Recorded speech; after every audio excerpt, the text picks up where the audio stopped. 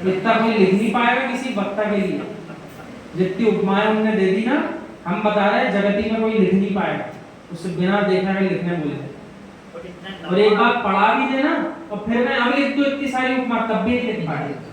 इतनी उपमाएं दी उन्होंने वक्ता की, इतनी सुंदर सुंदर उपमाएं। और हाँ, और वाक्य भी पूरा ही हो पाया, हमें रुकना पड़ रहा है, पढ़ते पढ़ते रुकना पड़ गया। उदात्त अनुदात्त स्वरित प्लुप्त के पांडित्य का होना वक्ता का धर्म है। इतनी कठिन कठिन परिभाषाएं हैं। अब जितनी अधिक भाषाओं का ज्ञान होता है, आचार्य विश्व सागर महाराज जी उदाहरण देते हैं, ऐसे ऐसे आचार्य परिनिष्ठ हुए, शांति सागर जी महाराज आदि आदि 18 भाषाओं का ज्ञान था वर्तमान काल में। और आचार्य श्री कहते हैं जितनी अधिक भाषाओं का ज्ञान है, आप उतनी क्षेत्र और प्रांतों के जीवों को जिन धर्म समझा सकते हो, उतनी अधिक आप धर्म प्रभावना कर सकते हो। और इसी कारण से ऐसे जीवों का समूह भी बनाया जा रहा है महाराज जियों के द्वारा, जो विदेशों में भी जाकर के जिन धर्म की प्रभावना कर सकते। तो उनको क्या कहा जा रहा है, आप तैयारी 10 दिन की करो कि प्रवचन आप 10 दिन के कर पाओ।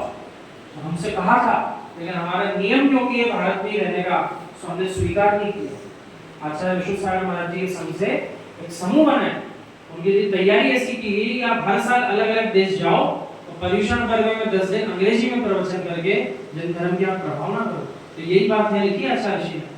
अपनी मातृभाषा के अलावा जितनी भी भाषाओं की ज्ञाता हैं, उन सब में पांडित्य प्राप्त अधिकारी, अधिकारी वही हैं असली। जहां जाए वहां के जीवों की भाषा उनको आती हो तो उनको उनकी भाषा में समझाते। अब कई महाराज जी हैं, महाराष्ट्र जाते हैं मराठी में प्रवचन देते, कई महाराज जी वो कई स्थानों पे अंग्रेजी में देते, और कई महाराज जी वो वहाँ की गुजराती आदि आदि जो भाषा है उसमें पारंगत है, तो वहाँ के जीवों को आनंद आ जाता है। और पुनः आए अपने क्षेत्र में तो वहाँ फिर अपनी मातृभाषा में प्रवचन करते हैं, सारे जीव संतुष्ट। संदर्भित विषय से दूर न होने जाए, स्व विषय के पास रहने वाला वक्ता प्रशंसा का पात्र है। ऐसा हो जाता है, धीरे धीरे प्रसंग निकलते निकलते मुख्य प्रसंग छूट ही जाता है, तो बात कहां से कहां पहुंच जाती है पता ही नहीं चलता। इसलिए हम तो कई बार प्रयास ही करते जब जो प्रसंग निकलेगा उसका कोई उदाहरण भी हो तो उसी दिन पेश किया जाए। ऐसा नहीं आज जो पढ़ के आ गए तो आज पूरा वही सुनाना है, हमारी कुछ और चल रहा है, ऐसा नहीं होना चाहिए। तो वक्ता को इस बात का ध्यान परम आवश्यक है रखना कि जो विषय चल रहा है आप उस विषय से कहीं भटक तो नहीं गए, उसी विषय पे बात चल रही कि किसी अन्य प्रसंग पे चल रही। श्रोता वक्ता के मध्य दूरी ना हो, तात्पर्य है वक्ता जन भी भाषण करें तब अपने व्याख्यान की भूमिका ऐसी तैयार करें जिससे श्रोताओं को वेदन हो जाए कि वक्ता हमसे बाहर नहीं है। अपनापन लगना चाहिए सुनने में, हमारे लिए सुना रहा है, हमारी बात सुना रहा है।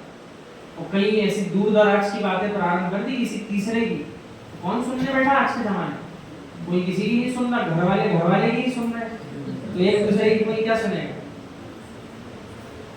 इसलिए कहा है कि जिसने श्रोताओं को वेदन हो जाए कि वक्ता हमसे बाहर नहीं है, हमारे मध्य का ही है, हमारी तो बात हमें बता रहा है, कोई विशिष्ट विशेषण थोड़ी दे रहा है। ऐसे ही करना चाहिए। हमने कहा कि नहीं आपसे, आप किसी को सुनने नहीं आते हो, आप सब अपनी अपनी बात सुनने आते हो और किसी की सुनने नहीं आते।